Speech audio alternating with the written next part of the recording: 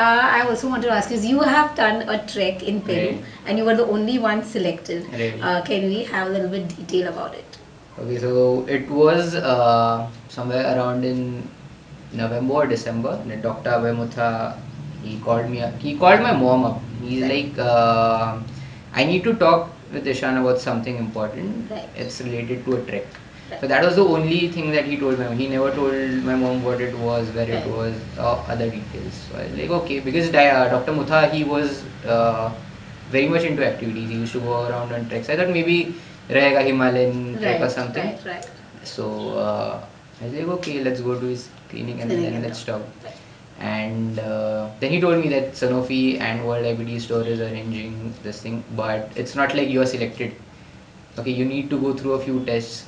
They will Correct. see if you are capable to, undergo the trek. And this is the very first time that someone from India is going. Right.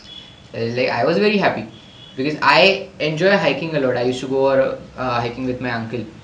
And I was like, okay. I didn't even ask him where this hike was. Right. Okay. And then 2 days later, I sent him a text, Doctor, I need to talk to you. He's like, okay, call me up at 7:30. I called him. I was like, आपने बोला नहीं track हो कहाँ पे रहा है? He's like Peru में हो रहा है. I was like, okay. And what is the procedure? So he's like, you'll have to go through the entire trek, entire The visa. list of this thing, tests that they've given you. If all the parameters check in, only and only then, because it's not only you that we are having a look at, there are other people as well. Right. So the best person that who is capable to do the trek, he'll be sent. I said, okay. फिर से बोलोगे कहाँ पे हो रहा है? Because I couldn't believe myself कि मतलब this thing is actually taking place.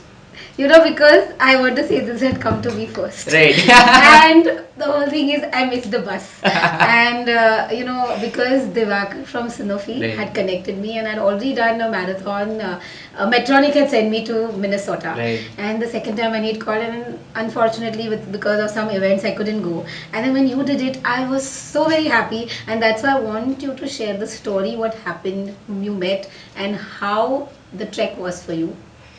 So I had gone to Peru in June, Right. and until May I never knew who the other participants was. I thought it's only for people in the late teens, but I was wrong.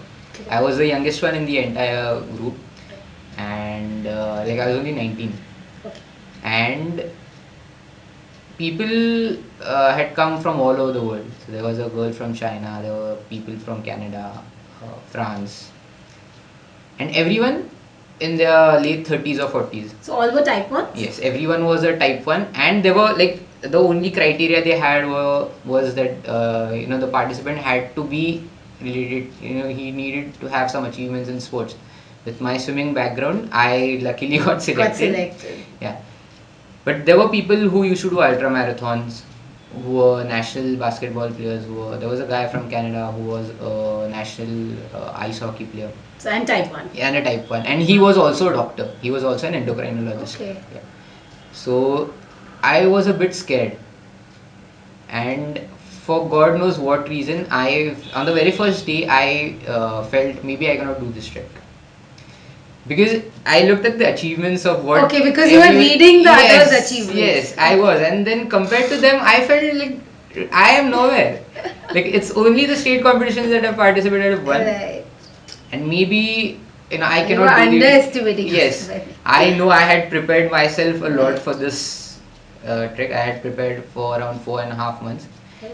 But in spite of that, something in my mind was continuously ticking. Maybe, maybe not. Maybe, maybe not. Right. Then I called up my mom and I was like, maybe nahi hoga mere se. She's like, you've gone there to have fun. It's not a competition. Correct. Okay. Remember why you have gone there. You are there to create awareness about type 1 diabetes, to show people that in spite of you being a type 1 diabetic, you can do this. Right. There is no time limit for you to complete the trek. Take as much time as you want. There is a group of people with you going through the same conditions. They are there to help you. And don't keep to yourself. Talk. Because that is how you will communicate and you will understand what the other person is feeling. True. And then I realized that people, other people from the group, they were kind of, in split mind. He is 19. he won't take much time to complete the trek. Oh, so We they were on the thinking other, yeah, we on the other hand, are middle-aged Yeah, people. right. Maybe it will be a very tough trek for us, and it is one of the toughest trek. So it was around 100 kilometers that we had to complete in 5 days, Okay. with the highest point being 4,600 meters. That is equivalent to Himalayan like Everest base camp. Right. So I had gone there 3 days earlier to get myself acclimatized to the climate and temperature, but I fell ill on the first day itself. Okay. I fell ill, but on the third day I was, Recovered. yeah, as fit as a horse. I started the first day. I remember I was the last person to reach our day's camp, Right. but I was quite happy with myself because I had completed 27 kilometers and I wasn't too far behind the entire group, and I hadn't exhausted myself completely. And how were your Yes. sugars doing during that Yeah, time? so I had assumed that my sugars are gonna drop Right. because in no matter how hard you train, how well prepared you are, the diet and everything it changes. When you go to Yes, different place. different Yeah. places. So in spite of eating a lot, my sugar levels were continuously on the lower side. I Okay. never went into a hypoglycemic event, but my sugars were continuously on the low. And thankfully, I had a CGM at that time, so I Okay. didn't have to prick myself because that could have been a problem. The temperatures were -3 and -4 Right. while we were walking. And you were well aware about that. Yes, I was well aware about that, so I had a CGM on me. I didn't have to prick myself, but my sugars were continuously in the range of 65-70, 65-70. But in spite of that, throughout the trek, I continuously had something in my mouth, eating, because I You didn't were want it enjoying to to go. eat. Yeah, you Yes. didn't want to. Yeah, and it was one of my guilty pleasures. I like whatever stuff I wasn't allowed to eat, I ate during those 5 days because that is how I maintained my sugars. Correct. I I had thought in my mind, maybe if I go into a hypoglycemic event and if I'm Right. not around someone, because the trek was through a jungle. Oh, but you had caretakers, right? We So you had. were not worried I that wasn't much. worried, but like the first day, I was the last person to reach the camp. Maybe Right. I thought maybe if I cannot, inform someone I'm Right. not well, what happens if I randomly collapse? Yeah. Okay. So I had this thing in my mind. Sugar ऊपर रहेगा तो चलेगा, नीचे नहीं नीचे जाना नहीं होना चाहिए, चाहिए. because no matter at the Because- end of the day if it's on a higher side I can take in correction and get them back to normal. True. लेकिन नीचे जा रहा है and if I'm continuing to walk, They'll drop more. they'll continuously drop. लेकिन thankfully मेरे साथ ऐसे नहीं हुआ, and like you mentioned earlier, ऐसे नहीं था कि सबका शुगर्स नीचे जा रहा था. There were people who had sugar levels continuously above 200, 300 in spite of taking insulin. I was in spite going to of come to not, that point not only. exactly not eating anything, and even after walking for so long, 8 and 9 hours every day without stopping, उनका sugar level नीचे नहीं आ रहा था. Now obviously it's a different body, a different No, person. it's a different body, also different exercise, Right. and many times when you're doing hikes, you're also putting in an explosive strength. Right. And I don't know if you read about more. So when you do gym and all, there is a sudden given of glucose comes Right, in, right. and that's the reason also most of the time the sugar stay more. So when I exercise, I do a very high gym. I don't have a less sugar. I'll Right. always have more sugar Higher for a side, time, right. and that's the difference. So if you understand it, then there is nothing to worry about it. And then see, for you it went low, for the other one it was high. So again, here is diabetics. Even every individual is different. Different, So the true. requirement and approach has to be individualistic. It cannot be like for you and me same. Right. Even though if even if it would be siblings, it's different. Different. True. So it worked for you in that way. It worked, and I remember. So the third day was the hardest part of the entire trek. We were supposed to walk around 35 kilometers that day, and they reached the point that I said, Right. 4,600 meters, and then descend back. So I remember starting with the entire group, and then after 3 or 4 hours, I realized I'm walking alone, Right. and then I couldn't figure out if I am the last one or I'm the first one. Right. And it was through a jungle. It was, the scenery was so beautiful. I kept walking. I didn't want to stop there, so I kept walking. I witnessed an avalanche on the other side of the mountain. It was So were very. you given a path? I mean, if you kept walking, you There was a single path there. That's it. So you had to just go yes, that I way. just had to go through that route. In spite of that, I thought I'm lost Right. because there was no satellite phones or Correct. anything given to us. No Right. GPS, whatever. I just knew कि आगे जाके कहीं पे तो बड़ा वाला एक ground But है you वहाँ did पे think of जाके going with a little bit more people, or you were happy doing it alone? I was happy doing it all alone because the atmosphere, the scenery was so beautiful. I thought ठीक है अकेला है तो क्या, I can go, I can walk. Right. And I reached the ground that we were, because we knew कि कितना चलने के बाद there's going to be a ground, or Right. there's going to be a patch where we can So the set map up was tents. given to Yes, you. there was a map given to Right. us, and I knew how long I was walking with the. I had a measuring device distance. So उतना जाने के बाद I saw कि हाँ यहाँ पे patch है बड़ा वाला open ground. This is where we are gonna camp.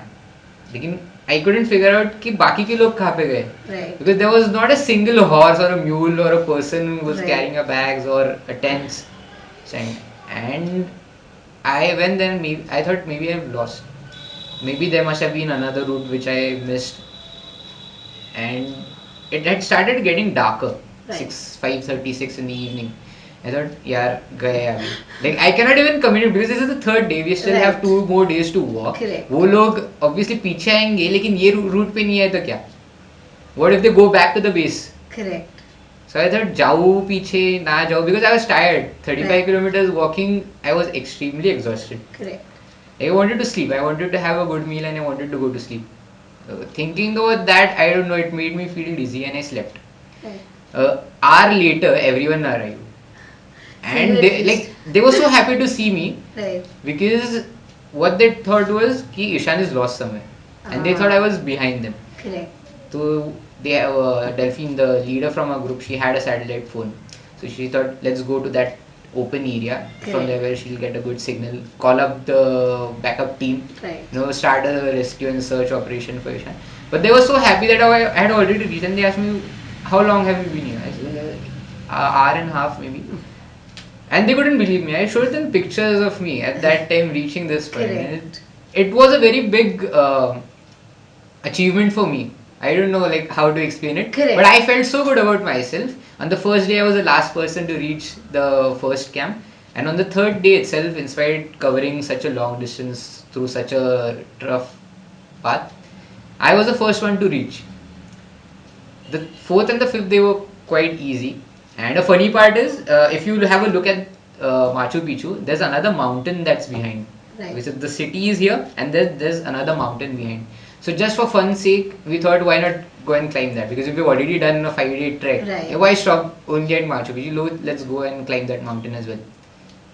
So just for fun, we went and we hiked that mountain as well. And it was only like 3 or 4 hours maybe, but that was the point where I realized that people without diabetes take 7 days to do this camp. All of us, the 10 of us being type 1 diabetics, we completed the entire trek in 5 days. And plus, we also hiked the Vaina Picchu, the mountain that is behind Machu Picchu. So I was so happy about myself. While coming back, we started like screaming and dancing and stuff. So there was a lady, I don't know which country she belonged to. She wasn't with the group. So she's like, why are you creating a mess? So I remember Delphine, so she told them we are all are type 1 diabetics. We did this trek in 5 days. And she was like, you guys are crazy. You're gonna get yourself killed. Okay. Yeah. So, but the reply that Delphine gave her was so overwhelming first. She's like, yes, we are crazy. We are not normal people. We are abnormal. We are supernatural human beings who have done this entire trek in 5 days. You cannot do that. Right. But we did, in spite of being type 1 diabetics. So it's not like we are like normal people. We are not. We are not normal people. We are better than them. So this trek got you more confidence? It did. It did. Like it totally change your life? Yes, it did. And I was okay with being a type 1 diabetic myself before going to the trek. But after coming back from the trek, I was more proud of myself being a type 1 diabetic.